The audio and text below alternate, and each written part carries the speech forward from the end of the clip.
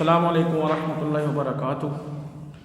عزیز طلبہ، بک second year قرطبہ کا قاضی کا مطالعہ جاری ہے۔ کل لیکچر نمبر 12 میں ہم نے اس کے صفحہ 62 پر تک مطالعہ کیا تھا۔ آج ہم انشاءاللہ لیکچر نمبر 13 میں صفحہ 62 ہی سے اس کے اگلے حصے کا آغاز کرتے ہیں۔ بسم اللہ الرحمن الرحیم۔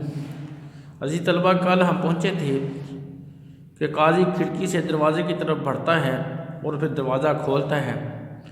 حلاوہ قاضی کو دیکھ کر کہتی ہے، چپ دیکھ قاضی وہ سیڑھیاں اتر رہا ہے، وہ ادھر ہی آ رہا ہے۔ عبداللہ آہستہ سے آنے دے، لاش کی طرح، ایسے جیسے مردہ جسم چل رہا ہو، جیسے جان ہی نہ ہو وجود میں، بوجھل قدموں سے چل رہا ہے۔ عبداللہ چپ۔ حلاوہ پھر کہتی ہے، آنکھوں میں سے زندگی بجھی ہوئی، یعنی آنکھوں میں بیٹے کی غم کی وجہ سے چمک دمک ختم ہو چکی تھی۔ عبداللہ پھر اسے چپ کرواتے ہوئے کہتا ہے، چپ۔ حلاوہ جیسے تنہائی میں موت سے کھیلتا رہا ہے۔ عبداللہ بک مت، بول مت، بک مت۔ حلاوہ جیسے روح لاش کو چھوڑ کر آ رہی ہو۔ عبداللہ کہتا ہے، عورت گونگی ہو جا۔ قاضی سیڑھیاں اتر کر کمرے میں آ جاتا ہے اور کچھ دیر خاموش کھڑا رہتا ہے۔ بھاری آواز میں قاضی کہتا ہے، یعنی غمگین آواز میں، موت کا ڈھنڈورا کیوں نہیں پٹ رہا؟ موت کا اعلان کیوں نہیں ہو رہا؟ حلاوہ کے منہ سے سسکی نکل جاتی ہے۔ عبداللہ چپ ہے۔ میں نے کیا کہا کہ موت کا ڈھنڈورا کیوں نہیں پٹ رہا؟ جواب دو۔ عبداللہ، حضور ڈھنڈورا پیٹنے والا نہیں ہے۔ قاضی، کہاں گئے؟ عبداللہ، حضور مجھے علم نہیں، یہاں نہیں ہے۔ قاضی، وہ کہاں ہے وہ شخص جسے مجرم کو پھانسی دینا ہے؟ عبداللہ، حضور کہیں گیا ہوا ہے۔ قاضی، کہیں؟ تو نے کیا کہا کہیں؟ عبداللہ ڈرتے ہوئے کہتا، حضور۔ قاضی، معنی کیا ہے، مطلب کیا ہے؟ عبداللہ، چلا گیا تھا، اندھیرے ہی چلا گیا تھا، کہہ کر نہیں گیا، بتا کر نہیں گیا کہاں جا رہا ہے، لیکن یہاں نہیں ہے۔ قاضی اسے کہتا ہے، ادھر باہر کون ہے اور یہاں پہ کون موجود ہے؟ عبداللہ، حضور ایسا کوئی بھی نہیں جو آپ کے فتوے یا فیصلے کی تعمیل کر سکے، ویسے میرے سوا قرطبہ کے سارے مرد گھر کے باہر کھڑے ہیں۔ قاضی جلدی سے، جیسے اسے یقین نہ آتا ہے، قرطبہ کے سارے مرد تیرے سوا، یعنی سارا شہر اکٹھا ہو گیا، مطلب یہ معنی کہ تعمیل کے لیے تو پھر آمادہ ہے، راضی ہے؟ عبداللہ، نہیں حضور، میں تعمیل نہیں کر سکتا، نہ کوئی اور شخص جسے میں جانتا ہوں وہ کر سکتا ہے۔ اگر حضور کو اس فتوے کی تعمیل کرانی ہے، زبیر کو پھانسی دینے والے فتوے کی، تو ابلیس ہی، شیطان ہی اس کی تعمیل کر سکتا ہے، تو کرے، یا پھر آپ خود کر لیں۔ قاضی نے پوری بات نہیں سنی، لیکن حلاوہ نے سن لی ہے۔ اس کے منہ سے خوف کی دبی ہوئی آواز نکل جاتی ہے کہ قاضی سے سزا نہ دے دے۔ قاضی، کیا؟ وہ کیا کہا تھا تو نے؟ عبداللہ رو میں آ جاتا ہے، مرعوب ہو جاتا ہے۔ معاف کیجیے گا حضور، میں صرف اپنے متعلق کہہ رہا تھا، رب العالمین میرا مددگار ہو، میں جو بات حق سمجھتا ہوں کہہ رہا تھا۔ خاموشی، نہ کوئی اب حرکت، نہ کوئی بولتا ہوا دکھائی دیتا ہے۔ باہر کے ہجوم میں سے ہلکے ہلکے بولنے کی مدھم آواز آ رہی ہے۔ ناظر عدالت کے آدمی کہاں ہیں؟ قاضی پوچھتا ہے، ناظر عدالت کے آدمی کہاں ہیں؟ عبداللہ، نچلی منزل میں حضور۔ قاضی، انہیں یہاں بلا لاؤ۔ عبداللہ جاتا ہے۔ قاضی اضطرار میں 2 قدم چل کر رک جاتا ہے، پریشانی میں۔ حلاوہ سہمی ہوئی کھڑی، بے حد ہمت سے کام لے کر بولتی ہے۔ حلاوہ، میں حضور سے پوچھ سکتی ہوں؟ قاضی جواب، کیا ہے عورت؟ اب حلاوہ جو ہے اپنی گفتگو کا آغاز کرتی ہے۔ میری بوڑھی زبان سے اللہ تعالیٰ کا عفو رحم کئی بار بولا، لیکن ہر بار اس نے سننے والے کانوں کو بہرا پایا۔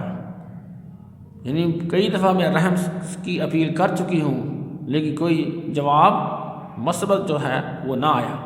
پر اب کی بار میری التجا سن لیجیے، یا مجھے ہمیشہ کے لیے خاموش کر دیجیے۔ یعنی یا تو آپ کو میری بات، میری درخواست سننی ہوگی، یا پھر مجھے موت دینا ہوگی۔ میرے حضور، یہ وہ بد نصیب بول رہی ہے جس نے مجرم کی ماں کے اٹھ جانے کے بعد، وفات پا جانے کے بعد، اپنی اولاد کی طرح اسے یعنی زبیر کو کلیجے سے لگایا، سینے سے لگایا۔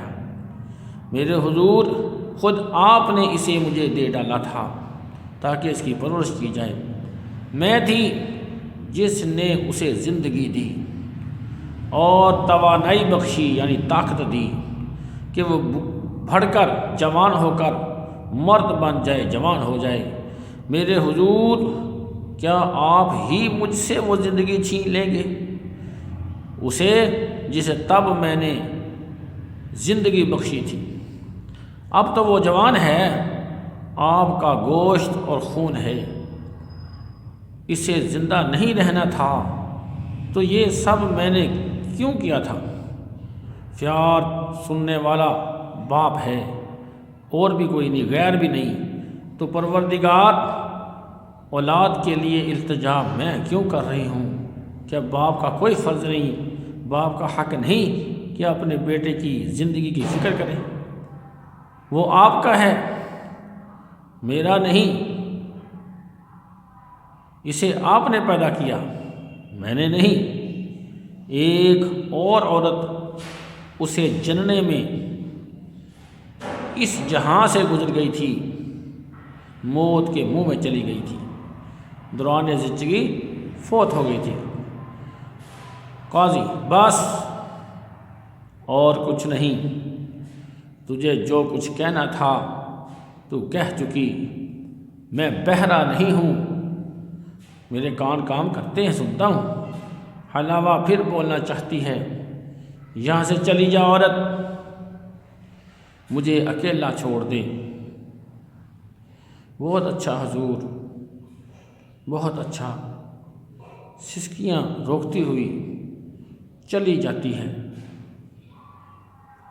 عبداللہ داخل ہوتا ہے، حضور، ناظر عدالت کے آدمی آ گئے۔ کیا؟ ہاں آ گئے، یہاں بلا لو۔ ایک کرسی کھینچ کر بیٹھ جاتا ہے۔ ناظر عدالت کے 4 آدمی داخل ہوتے ہیں۔ پل بھر خاموشی، تو قاضی ان سے مخاطب ہوتا ہے، تم لوگ سلطان کے نمک خوار ہو، سلطان کا ہدیہ کھاتے ہو اور اطاعت سلطان کا حلف اٹھا چکے ہو۔ یہی صورت میری ہے۔ آج ایک شخص کو سولی دی جانی تھی، سولی دینے والا موجود نہیں، تو بتاؤ تم میں سے کون یہ فریضہ ساتھ انجام دے گا؟ سنتے ہو میں کیا کہہ رہا ہوں؟ اس کی جگہ تم میں سے کون لے سکتا ہے؟ کوئی جواب نہیں ملتا۔ چاروں افسران میں سے کوئی بھی بولنے کے لیے تیار نہیں۔ کوئی شخص آمادہ نہ ہوا تو مجھے خود کسی ایک کو حکم دینا پڑے گا، حکمت کہوں گا۔ پھر بھی آواز نہ آئی، کسی نے رضامندی کا اظہار نہ کیا، تو قاضی آواز نکالتا ہوں، کوئی نہیں۔ دیکھو، فرض ہم سب کو پکار رہا ہے، آواز دے رہا ہے، بلا رہا ہے، قانون کی اطاعت لازمی ہے۔ میں سمجھا تم میں سے کوئی حامی نہ بھرے گا۔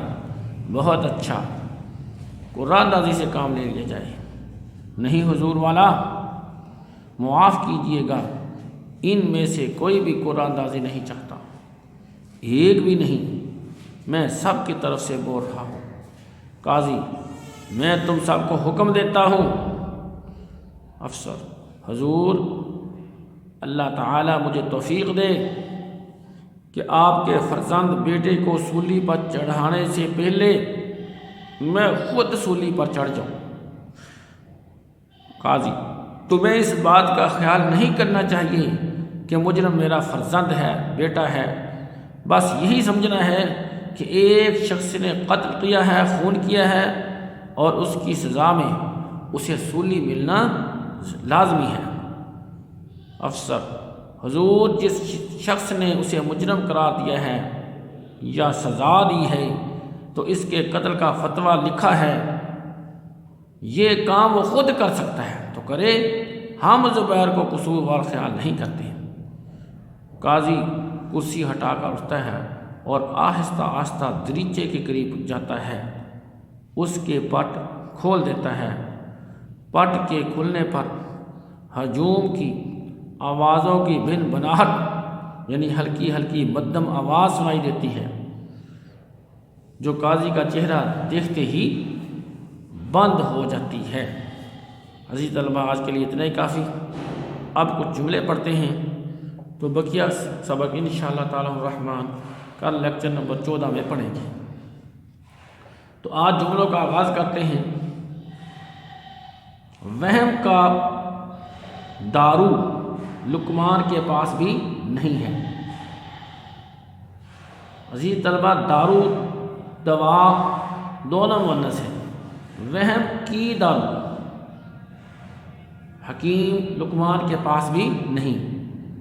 ہاں علاج ہو تو علاج مذکر ہے، اگر یہاں پہ دارو کی جگہ لفظ علاج ہوتا تو ہم کہتے وہم کا علاج لقمان کے پاس بھی نہیں ہے۔ دوا آ جائے یا دارو آ جائے دونوں مؤنث ہیں۔ اس نے اونٹ کا نکیل پکڑا یا کی نکیل پکڑی؟ کی نکیل پکڑی۔ بعض اوقات عزیز طلبہ جملے کے اندر ہی اشارہ موجود ہوتا ہے، عموماً یہ جملہ یہاں تک بنتا ہے اس نے اونٹ کی نکیل، آگے پکڑا پکڑی پکڑے، ان میں سے ایک لگانا ہوتا ہے، تو عموماً کی فکرے کے اندر ہی موجود ہوتا ہے، لہذا اشارہ موجود کہ کی جو ہے مؤنث کے ساتھ استعمال ہوتا ہے۔ آج ان کا درشن نہیں ہوا، درشن دیدار جمع میں ہمیشہ استعمال ہوتا ہے، آج ان کے درشن نہیں ہوئے۔ ان دونوں میں 20-21 یہ محاورہ اس کو بدل نہیں سکتے، 19-20 کا فرق ہے۔ چیرو تو بدن میں لہو نہیں، یہ بھی محاورہ ہے۔ کاٹو تو بدن میں لہو نہیں۔ گائے کے آگے بین بجانا، یہ بھی محاورہ ہے۔ بھینس کے آگے بین بجانا بے فائدہ ہے، بے سود ہے۔ آسمان سے گرا کیکر میں اٹکا، آسمان سے گرا آپ جانتے ہیں اس بات کو، کھجور میں اٹکا۔ جو محاورے ہوتے ہیں ان کو ہم بدل نہیں سکتے۔ یہ منہ اور مسور کی دال، ہم یہ نہیں کہہ سکتے کہ یہ منہ اور چنے کی دال، وہی لینا ہے۔ فہد چگلی کرنا مناسب نہیں، فہد چگلی کھانا مناسب نہیں، چگلی کرنا کوئی لفظ نہیں ہے، چگلی کھانا پڑا جاتا ہے۔ ایک کریلا دوسرا بینگن، یہ بھی محاورہ ہے، ایک کریلا دوسرا نیم چڑھا ہوتا ہے۔ علی میرے سینے پر مونگ دلتا ہے، سینے پر، اگرچہ سینہ اور چھاتی میں فرق نہیں، لفظ چھاتی استعمال ہوا ہے، محاورے میں چھاتی ہی رہے گا۔ علی میری چھاتی پر مونگ ڈالتا ہے، تکلیف پہنچاتا ہے وغیرہ۔ واہ جی واہ، یہ منہ اور ماش کی دال، ابھی اوپر میں نے آپ کو مثال دی تھی کہ یہ منہ اور مسور کی دال، بدلیں گے نہیں۔ 5 انگلیاں برابر نہیں ہوتی، 5 لفظ نہیں استعمال ہوتا، پانچوں کہنا ہے، 5 انگلیاں برابر نہیں ہوتی۔ لڑکا گھر میں ڈھنڈورا شہر میں، لڑکا بغل میں ڈھنڈورا شہر میں، یہ ضرور مثال میں سے لیے گئے سارے۔ آگ کا جلا چھاچھ بھی پھونک پھونک کر پیتا ہے، دودھ کا جلا چھاچھ بھی پھونک پھونک کر پیتا ہے۔